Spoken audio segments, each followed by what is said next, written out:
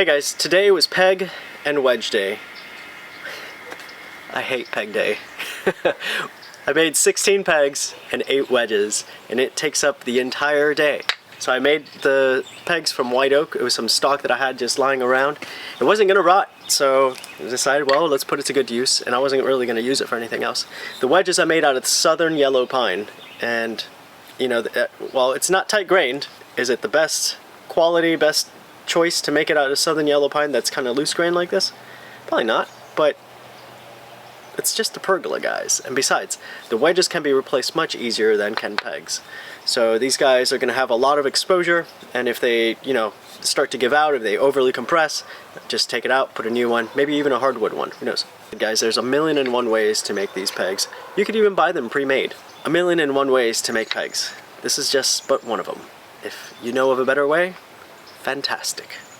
I'm all ears.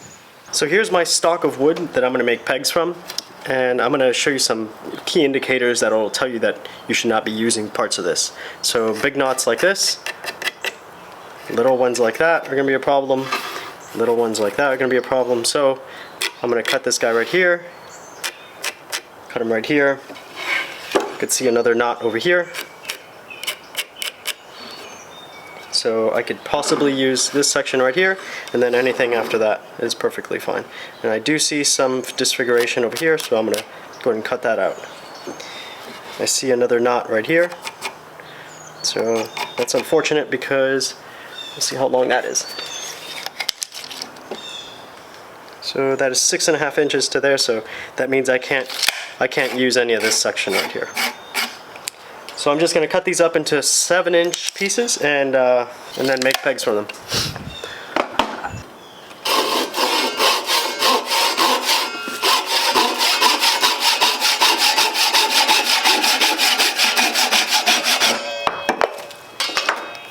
Alright, so here's our stack to work through. It's 16 pegs. Phenomenal. So the trick I use is using these bench dogs, and I just put my stock into them and I can clamp them down. So all I like to do is clean up all 4 of the faces and then mark out where it is that the stock actually needs to go to.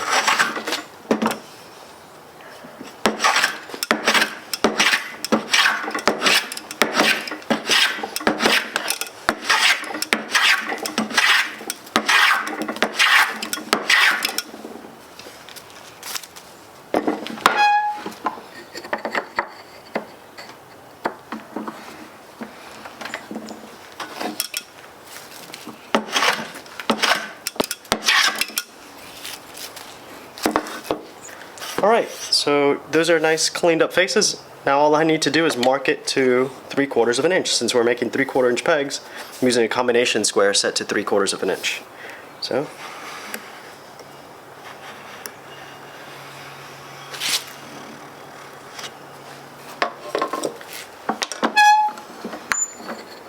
that's one side, so I'm going to plane on this face.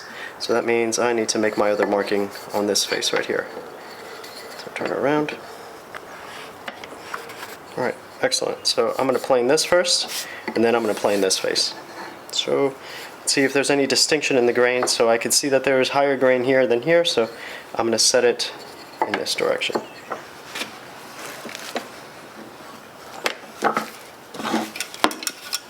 And now it's just planing down to that line.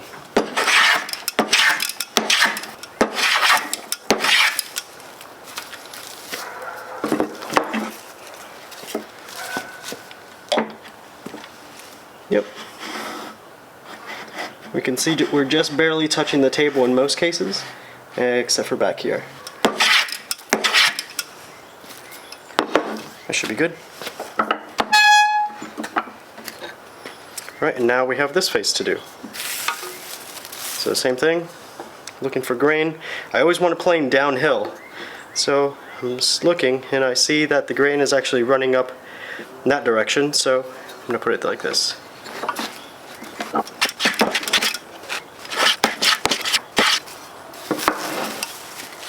So we'll measure it once again. Needs a little bit more on this side.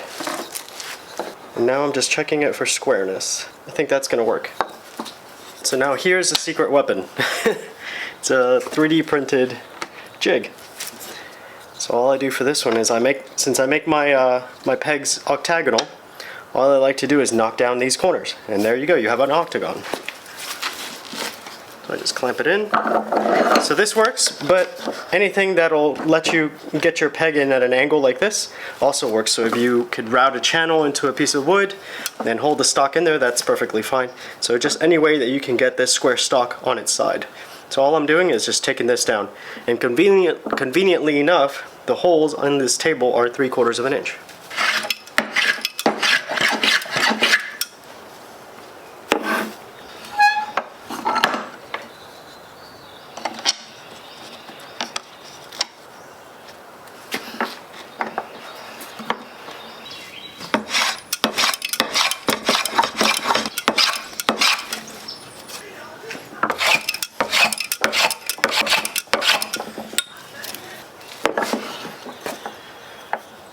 Let's see. All right. So it goes in. Perfect. Oy.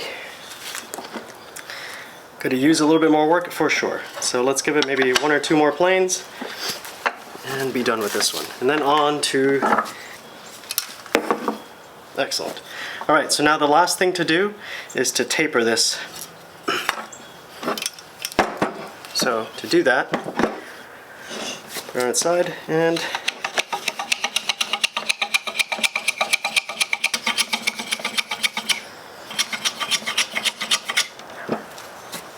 there we go. So the reason we do that is because we're going to draw bore the joints. So by tapering your peg like this means that you can fit it into the smaller hole, and then as the peg grows in size, it'll tighten up that joint as it drives itself in. But this will allow you to get through that draw bore pretty easily.